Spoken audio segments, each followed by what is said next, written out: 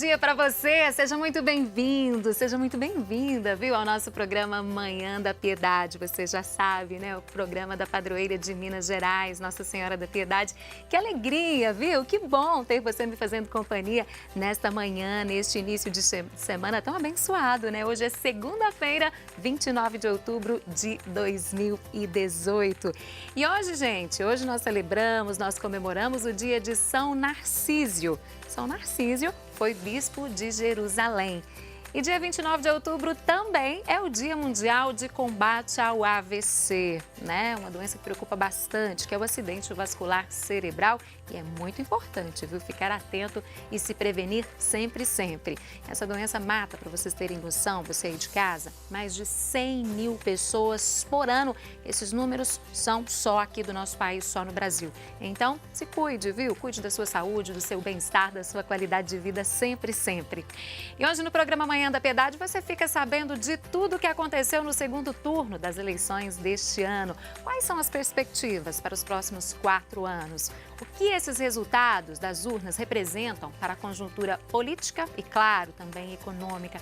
E sabe como funcionam os órgãos, você aí de casa? Você sabe como esses órgãos funcionam? Os órgãos, eu falo, do Poder Legislativo? Pois é, a gente vai responder todas estas perguntas já no nosso programa Manhã da Piedade de hoje, viu? E hoje também você vai conhecer a história da paróquia São Judas Tadeu, que fica em Ibirité, na região metropolitana de Belo Horizonte. Ontem, dia 28, nós celebramos, né? Foi uma data tão especial, tão importante para a igreja, foi o dia de São Judas Tadeu.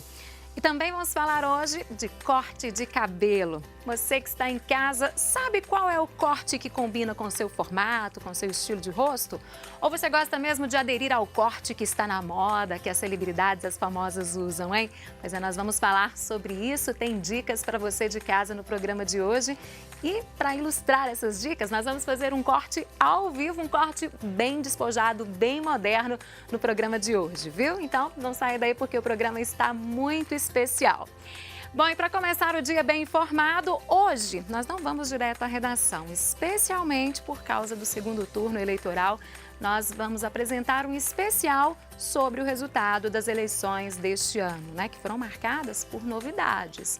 E quem nos ajuda a analisar os resultados das eleições e também conhecer aí os processos legislativos do nosso país, quem participa conosco hoje é o vereador e também professor de Direito Constitucional, Gabriel Azevedo, que já está aqui no estúdio. Bom dia, Gabriel. Seja bem-vindo ao nosso programa. Bom dia, é um prazer estar aqui. Pois é, então ontem tivemos segundo turno das eleições, muitas surpresas, números que deixaram muitas pessoas surpresas, na verdade, né, Gabriel? É verdade. Considerando o primeiro turno, uma renovação de quase metade do Congresso Nacional e a eleição de um candidato ontem a presidente da República, né, o Jair Bolsonaro, que se há 4 anos alguém dissesse que ele iria ganhar a eleição, ninguém acreditava. acho que ninguém acreditaria. Não mesmo. Mas acho que o Bolsonaro conseguiu sintetizar na sua campanha 3 ideias que ganharam muita força na sociedade. Acredito que a primeira ideia muito forte que a campanha dele soube explorar foi o antipetismo. Ou seja, a verdade é que o Brasil está há 16 anos sob um governo do PT. Apesar de ser o Michel Temer agora, ele foi vice da Dilma e nós temos um período de 4 mandatos, 2 do Lula e 2 da Dilma. O antipetismo foi crescendo de maneira vigorosa na sociedade, sobretudo por conta dos escândalos de corrupção e eu acredito que mais recentemente por conta da insistência do PT em lançar um candidato que está preso.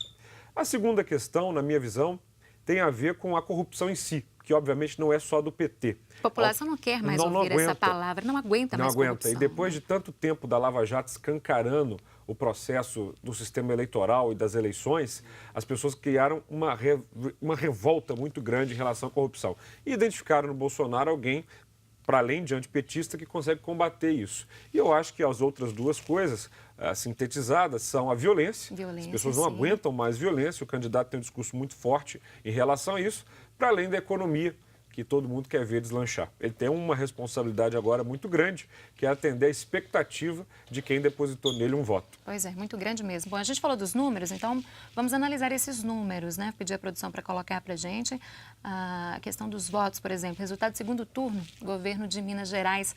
Romeu Zema, do Partido Novo, novo na política, né? Essa novo, realmente... 71,80% dos votos. Eu acredito que essa, de fato, em relação aos governos estaduais, foi a maior surpresa.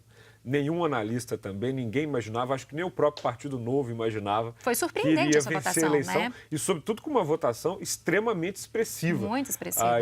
É difícil encontrar um segundo turno onde isso aconteceu. Na minha análise, houve aí 3 momentos. O primeiro é no comecinho da campanha, quando o PT e o PSDB agiram para ficar praticamente sozinhos na disputa. Ou seja, o Fernando Pimentel contou com um PT nacional que tirou o Márcio Lacerda da disputa naquele acordo do PSB Tudo começou e do ali, PT. né? Então, Márcio Lacerda saiu, talvez essa vaga aí fosse dele hoje. Mas também do lado do Anastasia, o PSDB agiu para tirar o Rodrigo Pacheco, que estava querendo ser candidato a governador pelo DEM. Então, os dois ficaram polarizados e se esqueceram do eleitor, aquela famosa esquecer de combinar com os russos, no caso, combinar com os mineiros, que não suportam mais PT e PSDB. E depois, no momento, durante a eleição, no debate da Globo, até ali o debate da Globo, na terça-feira, o Zema ainda tinha 4%, 5%. Quando ele na Globo tropeça, eu vou acreditar que foi um tropeço, e fala, votem no Amoedo ou no Bolsonaro, ele lança um sinalizador para o eleitor do Bolsonaro aqui em Minas que estava sem um candidato. Foi vertiginoso. A subida dele nas pesquisas foi grande e ainda contou com um candidato do PT, o Fernando Pimentel, que disparou mensagens pedindo voto para o Zema, tentando forçar um segundo turno, porque era pouquinha coisa que, de acordo com as pesquisas, faltava mínima, né? para ter o segundo turno. As pesquisas apontavam isso. Bom, ele passou Pimentel, passou Anastasia e terminou aí em primeiro turno. Vamos torcer para que o Partido Novo agora, que tem pouco tempo de vida, consiga fazer um governo positivo em Minas Gerais. Bom, um governo novo, né? Um governo novo. Então, esse foi o resultado aqui em Minas Gerais, né? Votação expressiva de Romeu Zema, do Partido Novo. Agora, vamos então ao resultado. Segundo turno para presidente da República, Bolsonaro. Bolsonaro, desde o início das pesquisas, sinalizava já que estava à frente realmente dos outros candidatos, né, Ele Gabriel? nunca saiu do primeiro lugar, né? É uma coisa impressionante. Ele esteve lá. Eu, há um ano, falava que o segundo turno já caminhava para ser um PT-PSL. Sempre acreditei no segundo turno entre o Bolsonaro e o candidato do Lula, seja ele qual for. Agora, o que é interessante analisar é que o grande momento de inflexão, na minha visão, desta campanha, sem sombra de dúvida, foi a facada. Ou seja, quando o candidato Bolsonaro toma uma facada, isso muda a campanha de patamar. Porque ele se recolhe, ou seja, ele passa a contar com uma solidariedade grande das pessoas, não vai a debates, não vai a mais eventos e fica ali recolhido. E ainda assim ele mantém o seu patamar. O PT, por outro lado, cometeu, acredito, todos os erros possíveis. No primeiro turno demorou muito aí de Haddad, ficou na insistência do Lula. Lula. Demora muito para lançar o nome do Haddad. Uma Lula-dependência, né? E no segundo turno, o PT precisou gastar um bom tempo tendo que desdizer o que tinha dito. Mudou de vermelho para verde e amarelo, falou que não ia mais fazer mudanças na Constituição, falou que agora valia a independência do Banco Central, então isso levou um tempo. Em vez de focar no plano de governo, né? Fizeram isso de uma maneira muito atabalhoada. E eu acredito que o erro custou, obviamente, caro ao PT, mas na última semana, quando o PT arrumou um prumo, você pode ver que a diferença diminuiu consideravelmente, né? Todo mundo sentia que nessa semana final o PT estava ganhando espaço. E a diferença da votação não foi exatamente um cheque em branco para o candidato eleito. Você veja que tem 45% da população que escolheu o PT para fazer oposição ao governo do PSL. Bom, então nós falamos do cenário aqui em Minas Gerais, cenário também para presidente da República. E aqui em Minas Gerais houve festa do governador eleito, né, Romeu Zema, novato na política. Então, vamos ouvir a fala dele após o final da apuração dos votos. O governador eleito comemorou a vitória ao lado de eleitores e políticos na região hospitalar de Belo Horizonte.